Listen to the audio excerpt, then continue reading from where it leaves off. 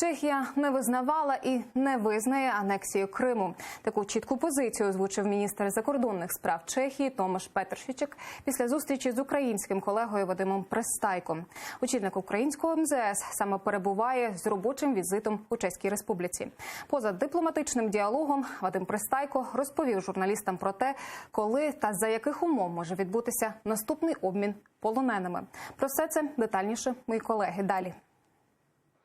Над будівлею МЗС Чехії вперше за багато років замайорів український стяг. З офіційним візитом до Праги прибув міністр закордонних справ України Вадим Пристайко. Свою зустріч із тамтешнім прем'єр-міністром Андреєм Бабішем Пристайко назвав перезавантаженням двостороннього політичного діалогу. Разом із своїм чеським колегою Вадим Пристайко відкрив перший українсько-чеський форум. Це майданчик, на якому шукатимуть шляхи співробітництва та протидії гібридним загрозам.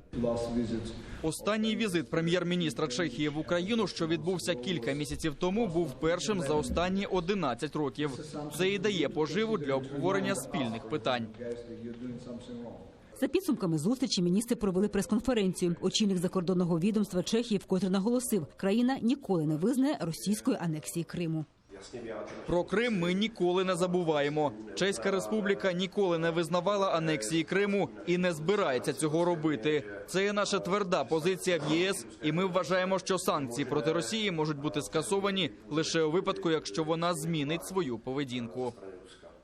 На запитання АТР, коли можна очікувати наступного обміну полоненими та скільки кримців буде у списках, Вадим Пристайко розповів наступне. Зараз готуємо черговий обмін.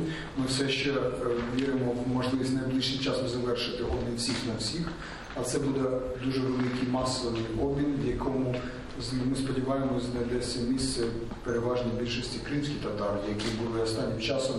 В останніх хвилях не так багато нам вдалося отримати цих людей.